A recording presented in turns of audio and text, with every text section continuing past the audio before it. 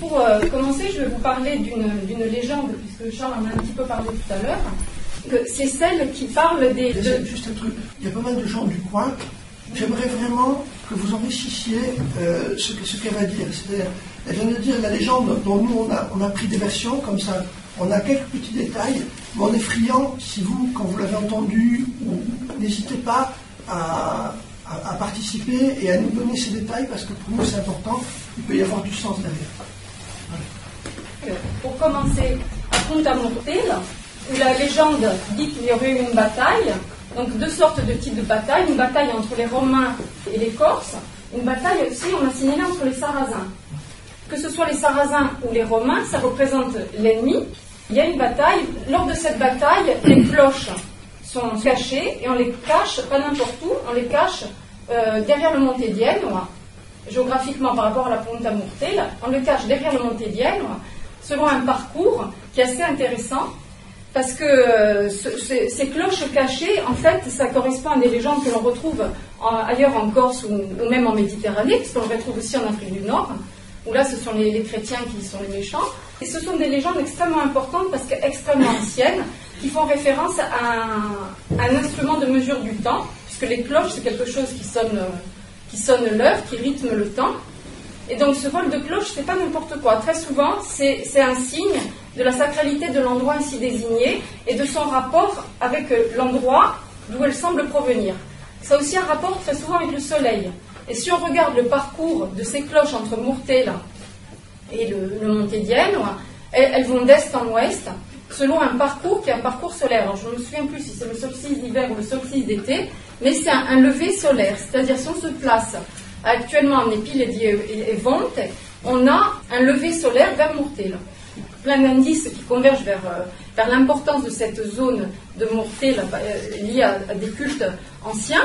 Déjà, le fait qu'il y ait eu une bataille, donc une confrontation entre deux personnes, mais aussi sur le plan terrier, la partie est de Mortell s'appelle Garganello. Alors Garganello, vous connaissez certainement tous Gargantua. Gargantua, c'est un personnage dont parle Rabelais, mais qui appartient à la mythologie pré-chrétienne, dirons-nous, enfin à une mythologie qu'on retrouve en Europe, dans le sud de l'Europe, sur toutes les rives de la Méditerranée. Gargantua, il a hérité d'un dieu qui s'appelle Gargane. Gargane ou Gargan en France, et Gargane en Italie, avec le nom que vous connaissez peut-être, le Monte Gargane. Bon, donc cette divinité, Gargane, on la retrouve en Corse.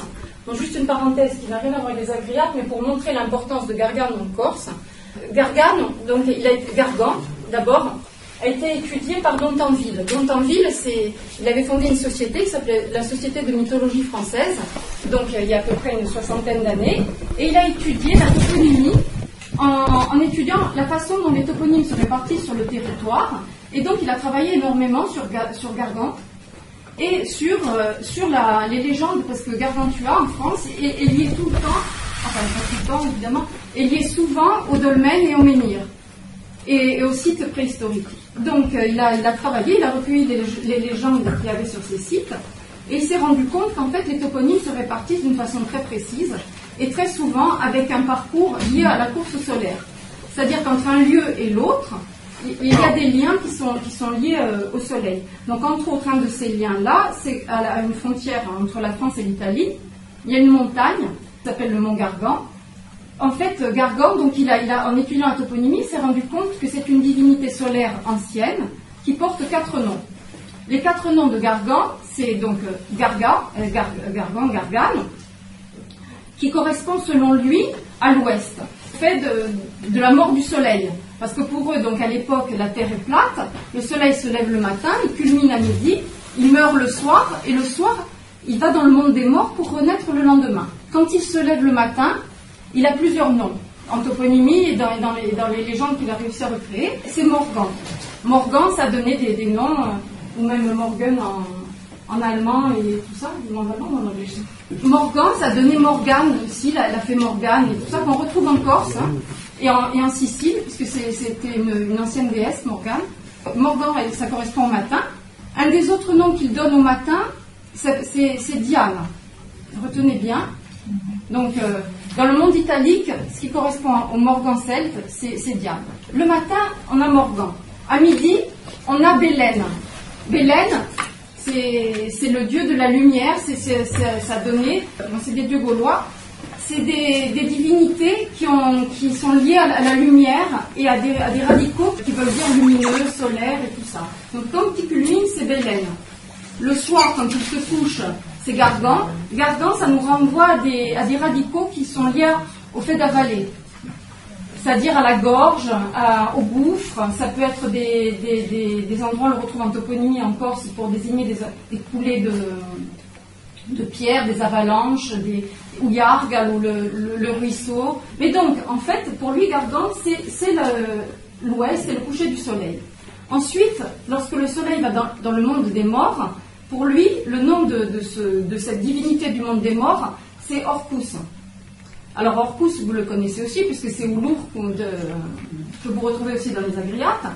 Orcus, c'est une divinité très vieille que l'on retrouve dans beaucoup de mythologies, avec le radical orc, puisqu'on la retrouve même en Inde. Orcus, pour les latins, c'est le dieu de la mort. C'est une divinité de sous terre. Le monde des morts, c'est l'Orcus aussi. C'est une divinité qui est liée au monde des morts. Ce qui est intéressant dans cette toponymie liée au territoire, c'est que pour Dantanville, ces noms sont marqués sur le territoire, mais surtout pour les gens qui vivent sur un territoire donné, ils vont se situer comme ça entre les points extrêmes de leur territoire, en leur donnant des noms liés à leur divinité et à leur système de croyance. Pour vous situer la Corse, donc je vous ai dit le point à l'ouest, dans ce système-là, c'est Gargan. Est-ce qu'il y en a dans la salle qui savent quel est le point le plus à l'ouest de la Corse? Voilà, la Corse, c'est Gargano, l'îlot de Gargano, près de Galère. Bon, alors d'ici, déjà, ça c'est quand même assez extraordinaire. Donc, Dantanville nous dit que l'Est, pour lui, c'est lié à Morgane, dans les pays celtes et dans tout ça, et en Italie, dans le monde italique, c'est Diane.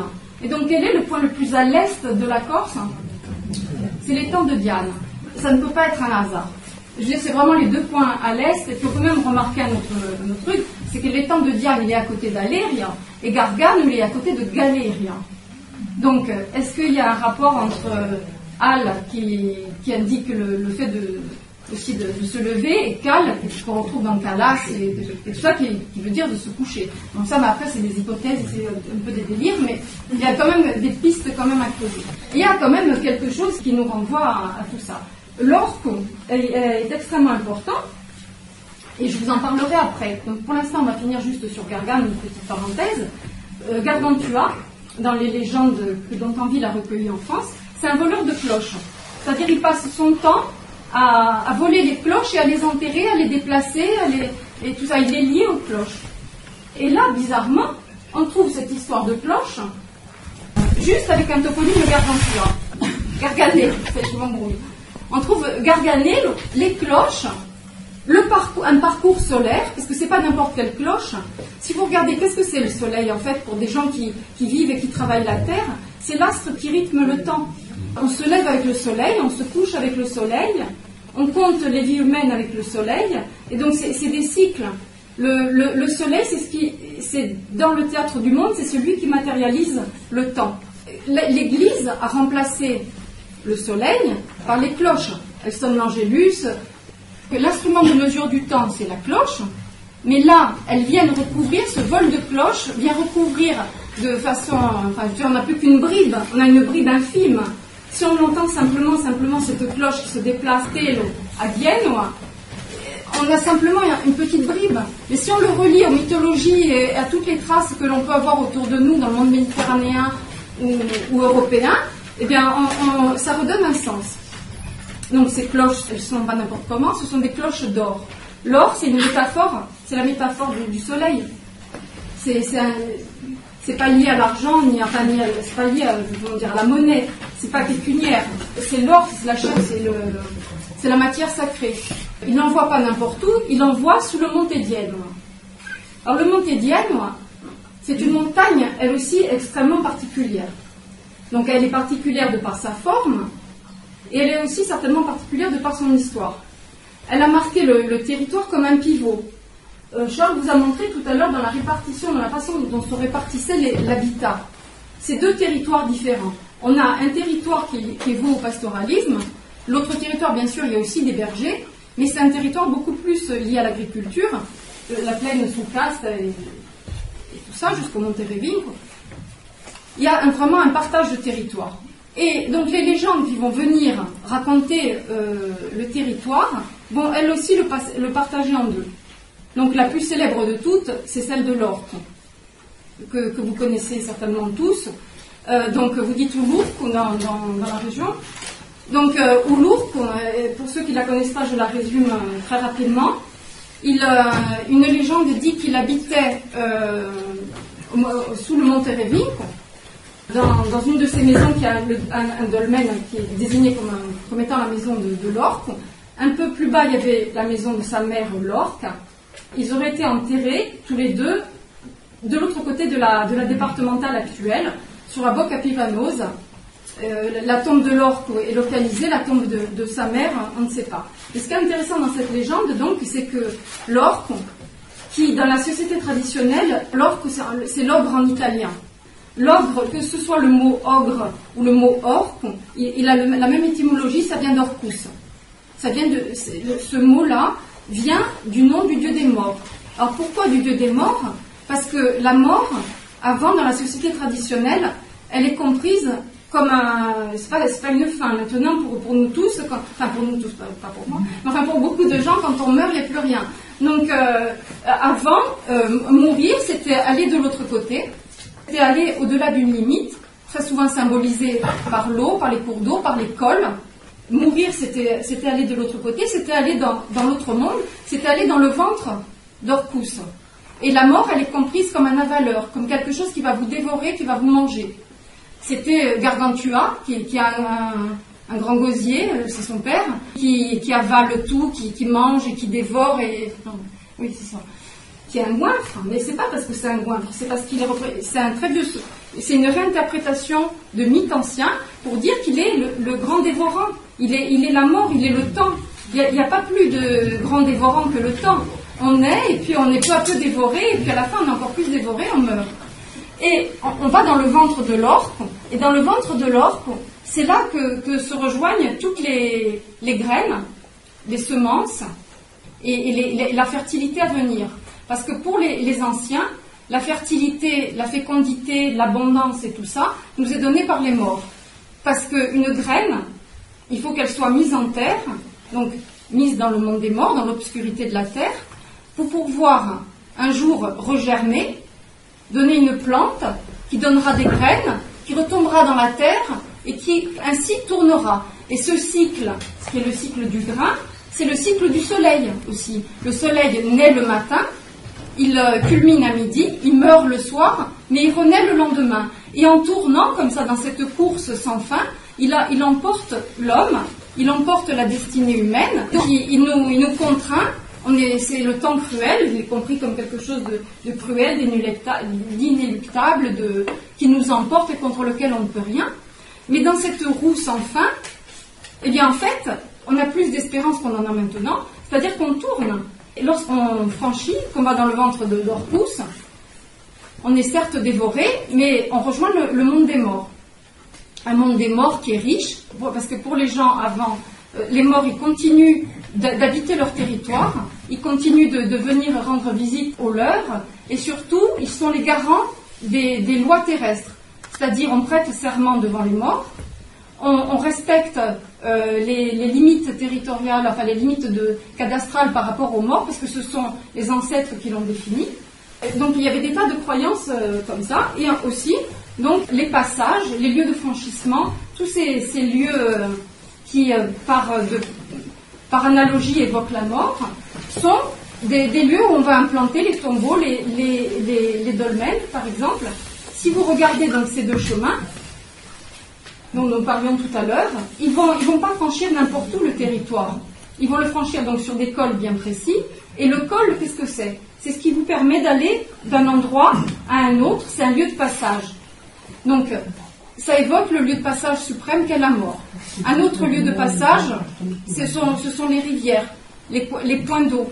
Parce que l'eau, pareil, c'est une limite. Bon, ça, tout le monde, c'est vraiment universel, c'est un invariant de la pensée humaine.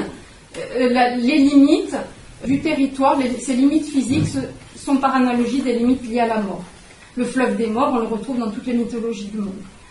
Ce territoire structuré, si vous regardez où sont les dolmens et où sont les menhirs, ils sont dans tous les lieux de franchissement du territoire des agriates. Que ce soit donc l'école, comme je vous ai dit tout à l'heure, l'eau, mais aussi les carrefours. Parce qu'un carrefour, d'abord, énormément de croyances articulées autour des carrefours, puisque ce sont des lieux de rencontre, mais ce sont des lieux aussi où vous allez vers un ailleurs. Ce sont des limites, tout en étant des centres. Et donc, on a Mamouche, on a d'autres, Sandierman. À partir de ce système qui s'est mis en place dès le néolithique, c'est-à-dire les plus vieux dolmens de la région, puisqu'il y a eu les plus vieilles datations de Corse, c'est 4200 avant Jésus-Christ. Ça veut dire que ces chemins sur lesquels ont circulé des gens, vos ancêtres et vos grands-pères, et sûrement peut-être certains d'entre vous, ils sont en place depuis 6000 ans, ce qui est quand même extraordinaire. Ils ont été définis il y a 6000 ans, on en est certain, puisque les menhirs et les statues menhirs se dressent en bordure, et les dolmens s'articulent en fonction de ces chemins. Le Moyen-Âge est lui aussi venu s'articuler. Les chapelles romanes se répartissent aussi le long de ces cols et de ces chemins. Peut-être l'époque romaine, puisqu'on a aussi Bocca Mercurio. Je n'ai pas tous les noms romains en tête. Plusieurs noms romains aussi qui reprennent. Mercurio, c'est une divinité qui est aussi... C'est le messager des dieux, c'est Mercure, c'est Hermès. C'est le messager des dieux, c'est celui qui permet de circuler, donc c'est pas étonnant de le retrouver aussi en col. Voilà, c'était pour vous situer un peu tout ça. Et donc, au centre de ce territoire, on a le Monte Dielmo. Le Monte Dielmo, c'est un rocher énorme qui cristallise autour de lui plusieurs légendes. On dit, commencer par la plus petite, on dit, vous l'avez peut-être entendu, on dit que certains matins, on n'a pas su me dire quand, à certains matins de l'année, on voit une brume étrange qui monte sur les flancs du Monte Dielmo, que toutes les chèvres de la région, pendant la nuit, montaient sur le Monte Dielmo, et que le lendemain, dans les creux des rochers, on trouvait du lait. Aman, vous l'avez entendu, cette légende? Alors, Aman, c'est quelque chose qu'on retrouve aussi ailleurs en Corse, et c'est quelque chose qui existe réellement, qui se produit, alors je ne sais pas, à Asque disent que c'est le pollen de genevrier, mais il doit y avoir aussi autre chose parce qu'on le retrouve partout en Corse. L'Aman, c'est une espèce de rosée très particulière, c'est une rosée blanche, qui est assez épaisse et que les enfants, personne ne se lève au lever du soleil, parce qu'elles fondent tout de suite. Au premier rayon de soleil, elles fondent.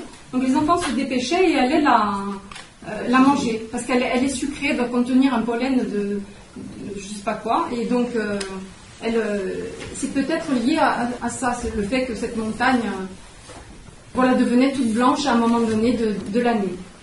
Ensuite, pour rester dans le blanc, il y a une légende qui parle d'Asignora Bianca.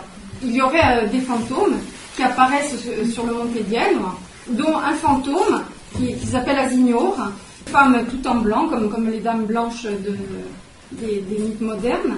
Il y a une dame blanche qui apparaît, et Atiama est un Asignor, et elle jetait du riz tout autour d'elle.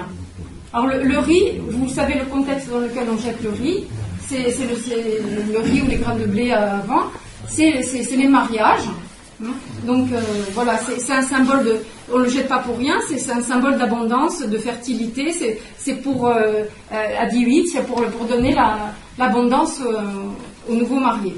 Et donc une autre légende précise que souvent il y a deux fantômes, il paraît qu'on entend des chants, on entend des lamentes, on entend des voches, on entend des gens qui chantent, des chants tristes, et entre autres on voit deux autres fantômes, dont on dit que ce sont les fantômes d'Orlando et de Stella. Alors j'oublie le nom de famille des Charles. Orlando était le fils Orlando était fils de Théron d'Acaste. Ah oui, et Stella était la fille du seigneur d'Ortel, ce que je vous disais tout à l'heure. Bon, donc ce qui est important aussi dans le fait que ce soit des sites, c'est que le Monte Dielmo est un site archéologique certain, de toute époque, puisque ça va du Néo, à une petite chapelle du Moyen-Âge qui aurait sur le sommet. Donc si on s'embête à aller construire une chapelle sur le sommet de la montagne, c'est qu'il y a une raison. Enfin, je veux dire, c'est que la montagne, elle a vraiment une fonction importante. Pour en revenir à Orlando et Stella, Vous connaissez tous le Monte Dienne, je ne sais pas si vous êtes montés déjà, mais l'ascension doit être très difficile. Non. Moi, je suis restée en bas. Mais... Non, c'est un peu piquant, mais c'est pas ça. Vraiment. Moi, je me suis découragée, je suis restée en bas. Et elle est quand même adulte. Hein. Orlando et Stella étaient amoureux, mais leur famille était ennemie. Donc, je la résume. Hein. Donc, c'était deux familles ennemies. Ils étaient amoureux l'un de l'autre et les pères respectifs n'ont pas voulu qu'ils se marient. Stella, elle aussi était amoureuse d'Orlando. Et à un moment donné, Orlando est tombé dans une embuscade. Il est arrivé à un point qui pourrait être Mortediland, tout à l'heure c'était un toponyme sous caste. Donc il serait arrivé à un endroit particulier, et à cet endroit-là, des gens le guettaient, ils l'ont tué. Le père de Stella a pris Stella, sa fille, et l'a amenée au sommet du Monte Dienua, et l'a tuée au sommet du Monte Dienua. Ce qui est intéressant, c'est le nom des personnages, et les endroits où ils sont morts et les endroits où ils habitaient. Parce que, donc, Orlando, c'est pas n'importe qui, comme nom, parce que bien que ça se réfère à des personnages qui existaient ici, c'est l'Orlando Furioso, c'est lié à toute cette mythologie du Moyen-Âge et à tous ces écrits qui ont circulé au Paladin et à toutes ces légendes qu'on retrouve. Alors, on retrouve Orlando, on retrouve Rinaldo dans le sud, et Ornuccio, enfin, c'est les mêmes, c'est des gens, à partir de personnes qui ont existé, parce que je vais expliquer, c'est qu'en fait, il y a des personnages historiques qui ont marqué leur époque pour une raison ou une autre, et qu'ensuite, les mythes anciens, qui n'étaient plus compris, se sont greffés sur ces personnages historiques. C'est-à-dire, c'est comme ça que fonctionnent les traditions orales du monde entier. Elles évoluent constamment en fonction des époques. Les conteurs vont situer les mythes sur leur territoire. C'est-à-dire, quand on va raconter même les légendes, on va dire que par exemple, la Cendrillon, j'ai des bêtises, elle habitait là, et qu'on va accrocher les légendes sur le territoire de la personne qui le vit. Et sur ces personnages historiques, qui ont réellement existé, on va greffer tous les mythes qui étaient racontés aux veillées, mais qui n'étaient plus compris parce qu'ils appartenaient à un système de pensée et à un système religieux qui avait été en partie remanié par le christianisme. Le christianisme va reprendre beaucoup de légendes anciennes et va les remasteriser en quelque sorte avec les saints, avec les légendes des saints. D'autres mythes seront pris par la population et greffés sur les personnages historiques qui ont marqué l'imaginaire de leur région. Donc Orlando de Caste, il vient se superposer certainement sur un mythe ancien. Donc il y a Orlando, et après surtout il y a Stella. Donc Stella, Stella, ça veut dire étoile, quand même. C'est pas n'importe quoi. Elle s'appelle Étoile, cette jeune fille. Et on va la sacrifier sur le haut du Monte Dienua. Mais alors, que veut dire le Monte Dienua? Dienua, alors c'est une hypothèse, parce que je vais me faire lyncher, je suis en plein territoire. Donc, le Monte Dienua, c'est un radical qui intrigue. Il n'est pas très courant en Corse. Il y a Genoa, célèbre Gênes, et ça a certainement un peu. Donc il y a plusieurs hypothèses. C'est Geno en indo-européen, Genu en gros. Ça indique des endroits qui correspondent à la montagne de Dienne, c'est-à-dire des reliefs très brusques. Ça représente le genou, ça a même donné le mot genou en français. Hein, en fait, si on regarde le genou, c'est vraiment une articulation. C'est ce qu'est le Monte Gênes, c'est une articulation sur le territoire. Mais ça a aussi donné, c'est toujours dans le même ordre d'idée, des mots liés à la porte. Et qu'est-ce que c'est une porte? Une porte, c'est quelque chose qui pivote sur des gonds, hein, et c'est quelque chose qui permet d'aller d'un endroit à un autre. Ça donnait des mots qui existent dans le sud de la Corse, Ayana. Alors vous le connaissez peut-être, ça donnait des mots en toponymie comme Dianouch ou près de Cagnes. Ils existent en Corse et en Sardaigne. C'est des toponymes liés à la porte. C'est un mot qui est utilisé encore actuellement pour désigner il y a porte, à louche et tout ça. Et il y a Ayana. Ayana, c'est un terme extrêmement ancien qui renvoie à une ère très vaste où il a cette signification et qui a donné aussi l'étymologie du mot Janus. Janus, c'était une divinité romaine qui était le dieu des portes. Janus, Giano en italien, c'est un dieu. Au Moyen-Âge, c'est un prénom qu'on retrouve à Castres, puisqu'il y a plusieurs Jan à Castres au Moyen-Âge. Et il y a aussi le chroniqueur. Juste un truc. Il y a des anciens écrits, donc maintenant on appelle Montegene, enfin Montaigne, comme on le dit ici. Mais en fait, j'ai des écrits où c'est écrit aussi Montagione. Donc on a le même. Voilà. Mais là, pour en venir, il y a écrit Montagione. Voilà. Mais pour tous ceux qui lisent, ne serait-ce que le cadastre du 19e, la différence entre les O et les A, voilà, elle n'est pas claire. Voilà, donc vous êtes interprété comme Montagione, il y a plus de chances que ce soit Monteggiano. Tout à fait. Parce que par rapport à l'évolution après du toponyme, il y a de grandes chances que c'était Monteggiano. Ce qui correspond à ça à des noms de famille, des noms de famille Monteggiano. Complètement. Et donc, Giano, c'est un nom, c'est un prénom qui a donné aussi d'autres noms de famille en Corse. On a Janus, Jan, qui est sur cette montagne. Janus, c'est le dieu des portes. Il y a quand même aussi un autre truc intéressant qui est intriguant quand même par rapport à votre territoire, c'est que Janus, il est quand même représenté de façon assez bizarre. Il est représenté avec deux visages, un visage vieux et un visage jeune, parce qu'il représente aussi, donc je vous ai dit c'est le dieu des portes, c'est celui qui fait franchir, mais c'est aussi qui garde les portes de l'année. Ça a donné le nom du mois de janvier, c'est le mois de Janus, Dinabio. C'est le nom du mois de janvier.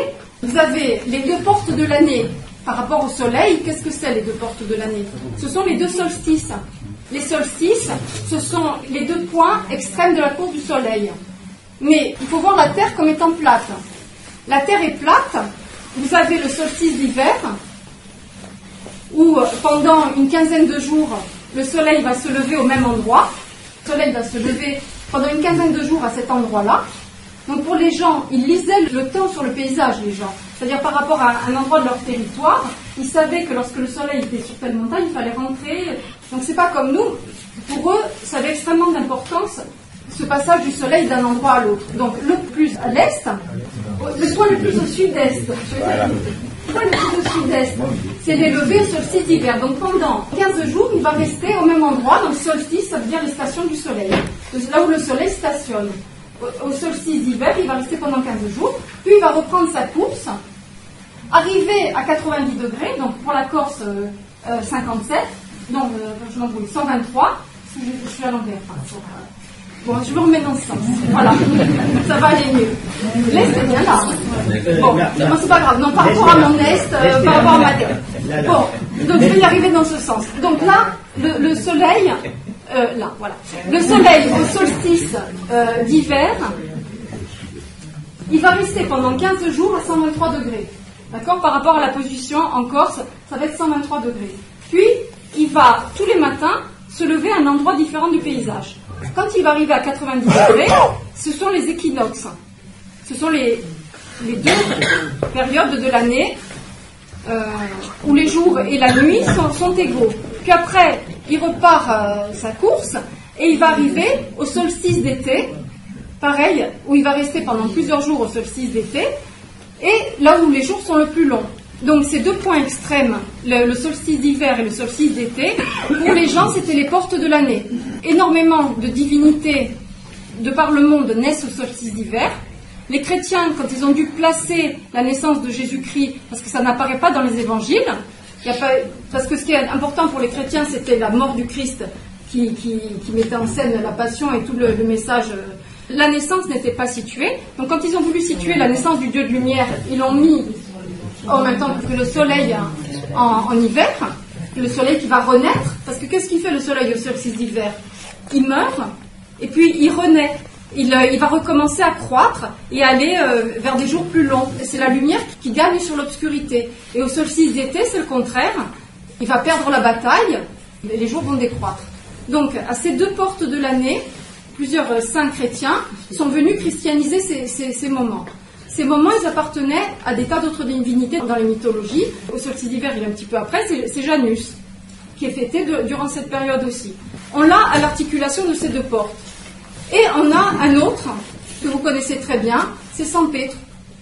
San Pietro, il est fêté près des deux solstices. Notamment le 29 juin. Il y a Saint-Jean aussi. Il y a un Saint-Jean d'hiver qui est jeune, qui est Saint-Jean l'évangéliste. Et en été, on a Saint-Jean le Baptiste. On a le jeune et le vieux. Et Saint-Pierre, il est représenté comment? Il est toujours représenté vieux, avec la barbe et avec les clés. Ce qui est marrant, c'est que Saint-Pierre, c'est pas n'importe qui, c'est lui qui ouvre les portes du paradis. Et Janus, il est représenté comment? Il est représenté avec des clés à la main, parce que lui, il ouvre les portes de l'année, les portes du temps. Alors c'est quand même étrange que cette montagne se trouve sur un territoire dédié à San Pietro. Il y avait une chapelle San Pietro dans les Agriates. Et il y a le Monte Revinco, un peu plus loin, il y a un toponyme, un coup San Giovanni, vers San Giovanni, c'est ça? Et après le toponyme San Pietro. Le toponyme est perdu, mais il figure sur le terrier. Pour finir, donc donc Saint-Pierre, vous avez bien vu le lien, c'est quand même assez marrant. Le nom de la jeune fille, c'était Stella. Janus, c'est un terme qui renvoie à un radical indo-européen qui évoque le franchissement et la lumière. Ça a donné aussi le mot Dieu, Dius. C'est des radicaux qui indiquent la lumière et la porte, le franchissement et tout ça. Ce radical ancien, il a donné Janus, mais il a donné aussi une autre divinité, c'est Diane. Alors Diane, c'est exactement la même façon dont on prononce Diane dans le sud de la Corse. C'est le nom des fées en Sardaigne et en Italie. Par exemple, en Sardaigne, il y a des tombes en hypogée qui sont creusées dans la roche. C'est les domus de Ianas, c'est-à-dire les tombes les maisons des fées. Ayane, c'est la fée, parce qu'elle a hérité d'une ancienne divinité féminine, Diane, qui était extrêmement importante durant la période romaine, qui avait plusieurs noms, parce qu'elle est liée à Fortune, à la déesse du destin qu'on retrouve aussi en Corse. Elle est liée à la lune, parce qu'en Corse, c'est la lune qu'on appelle... non, excusez-moi, j'allais dire une bêtise là. En Italie, c'est la lune qui est liée à Diane. En Corse, c'est l'étoile. C'est une étoile. C'est pas n'importe quelle étoile, c'est une étoile extrêmement particulière, l'étoile Diane. C'est une étoile qui porte plein de noms en Corse. On l'appelle Adea Venerata, donc la déesse vénérée, dans certaines régions, dans la Gravone notamment. On l'appelle la Purcarecce, parce qu'on dit qu'elle réveille les cochons. Les cochons, vous savez, en Méditerranée et chez nous, c'est lié à la mort, c'est le dévorant, c'est l'orque, hein, parce que orque ou porc, enfin, c'est lié, c'est sûr. Et donc, il y a tout un ensemble de choses. Et Diane, donc, en fait, c'est pas une étoile, c'est la planète Vénus. La planète Vénus, elle a une course diurne, première que l'on voit le soir, ou c'est la dernière que l'on voit le matin. Donc, qu'est-ce qu'elle fait? Elle ouvre et elle ferme les portes de la nuit. C'est une étoile, pour les gens, c'est une étoile les plus brillantes du ciel, même si maintenant on sait que c'est pas une étoile. C'est une déesse ancienne, et en plus de ça, elle a un parcours qui est complètement atypique par rapport aux autres étoiles fixes. Mais surtout, comme c'est la plus brillante, on la voit le matin, et on la voit le soir. C'est la dernière à rester, donc elle ouvre et elle garde les portes de la nuit. Et c'est là que vous voyez le lien entre la porte, Diane, et Ayana et Diane. Voilà. On conclura là-dessus. Donc si vous avez des questions...